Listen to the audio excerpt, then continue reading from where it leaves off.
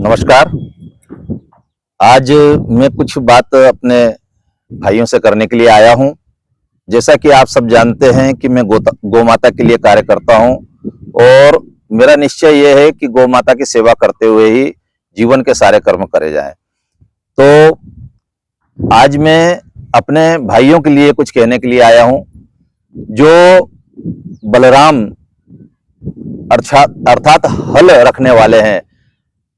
मैं यदि ये कहूं कि अपने बड़े भाइयों के पास आया हूं, तो इस बात को छोटे भाई की बात समझ करके वे सुनेंगे जरूर।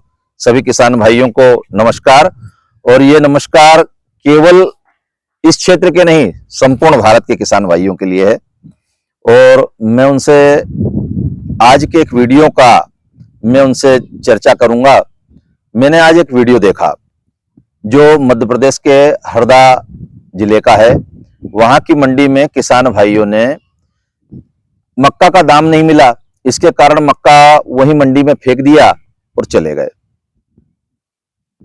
देख करके बुरा लगा कि पैसा नहीं मिल रहा है, जो लागत मूल्य उससे भी कम मिल रहा है, ट्राली का नहीं निकल पाएगा, इसलिए उन्होंने ऐसा करा। लेकिन पैसा ही सब कुछ नहीं है। मैं उन किसान भाइयों से पूछना चाहता हूं कि इस मक्के को आपने उगाया और उगाने के बाद में उसके लिए आपने एक पिता का कार्य किया, और क्या अपने बच्चे को अर्थात अन्न को, जिसको कि भगवान का स्वरूप माना जाता है, उसको छोड़ के चले जाओगे? एक बात बताइए, क्या उस अन्न की उपयोगिता कम हो गई? जो 1 किलो मक्का में जितने लोगों का पेट भरता, क्या कम पैसे मिलने से वो मक्का कम लोगों का पेट भरेगा? बताइए आप लोग। आप किसान हैं, मेरे से ज्यादा आप अन्न के बारे में जानते हैं। तो फिर आप पैसे से अन्न को कैसे तोलने लगे? यदि कोई चीज पैसे से ही तोली जाएगी तो 100 साल पहले, 150 साल पहले पैसे नहीं चलते थे, फिर तब भी तो कार्य होते थे ना। तो आपको ये विचार करना पड़ेगा कि आपके पास बहुत सारे साधन है, आप दूसरी तरफ क्यों देख रहे हैं? आप स्वयं की तरफ देखिए। आपके पास में जमीन है, दुनिया का बड़े से बड़ा व्यक्ति जिसके पास सब कुछ है, यहां तक कि देश भी दूसरे देश की जमीन चाहते हैं। तो ऐसा क्या रहस्य है कि 10,000 करोड़ रुपए कमाने वाले व्यक्ति जमीन खरीदने के लिए जा रहे हैं आप लोग, और आप जैसे जो अन्न बनाने वाले, अन्न उगाने वाले उत्पादक अकेले आप हैं। फैक्ट्रियां मैन्युफैक्चरिंग करती हैं, उत्पादक केवल आप हैं। तो आप अपना अन्न फेंक कर जा रहे हैं और जमीन की कीमत नहीं कर रहे हैं, जमीन को पैसे में बेच दे रहे हैं। अरे बुजुर्गों ने कहा था ना कि मां है। जब तुम मां की तरफ इस तरह से देखोगे, तो अगर कुछ तुम्हारे साथ गलत हो रहा है तो उसके लिए जिम्मेदार भी तुम ही रहोगे। कहां कोई बुजुर्गों की बात मानी आपने? आपके पास में आज गाय नहीं है, गाय नहीं है इसलिए आपके पास बैल नहीं है, बैल नहीं है इसलिए आपके पास हल नहीं है, हल नहीं है तो आज आपको यंत्रों के माध्यम से खेती करना पड़ती है, जिसका ईंधन आपके पास में नहीं है, जिसके पार्ट्स आपके पास में नहीं है, जिसकी कोई व्यवस्था आपके पास में नहीं है। आज आपने जल की स्थिति ऐसी कर ली है कि बिना बिजली के लिए नहीं निकलेगा, और आपके पास बीज भी नहीं है। आपको अच्छे से याद होगा कि हरित क्रांति के बाद से बीजों का जो मूल बीज थे वो समाप्ति की तरफ चले गए हैं। कहीं बचे हों, भगवान ने बचाए हों मृत्स्य अवतार की तरह।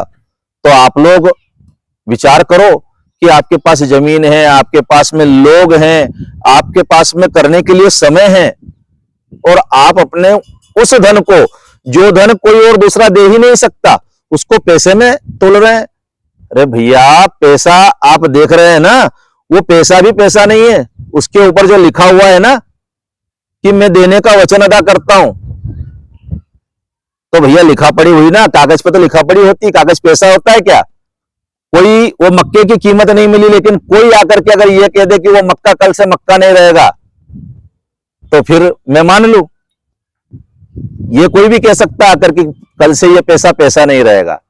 तो किसान भाइयों, समझो, जागो, और समस्या का समाधान स्वयं निकलेगा। और एक और बात आपसे कहूंगा, आप लोग राजनीति करने वाले लोग नहीं हैं।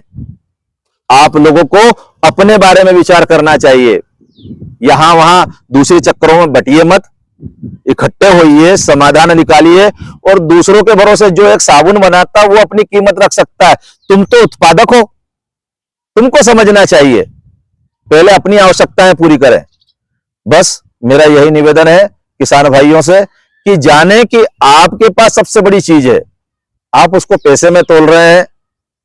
मेरी छोटे भाई की कोई बात अगर खराब लगी हो तो ये समझना कि छोटे भी कभी कभी बोले जाते हैं, और लक्ष्मण जी बोल जाते थे तो छोटे भी बोले जाते हैं। और अच्छी लगे तो कम से कम इस बात के लिए कि मैं आपका भाई हूं, उस पर कुछ लिखें, कुछ बोलें, ताकि आपकी बात, ये मेरी बात तो है लेकिन आपकी बात है, तो ये बात जन जन तक पहुंच जाए। कम से कम इतनी तो गौ माता की सेवा कर सकते हैं। गौ माता के लिए आज गोपाष्टमी में मैं अपने बड़े भाइयों को संदेश दे रहा हूं। जय श्री सीताराम, राधे।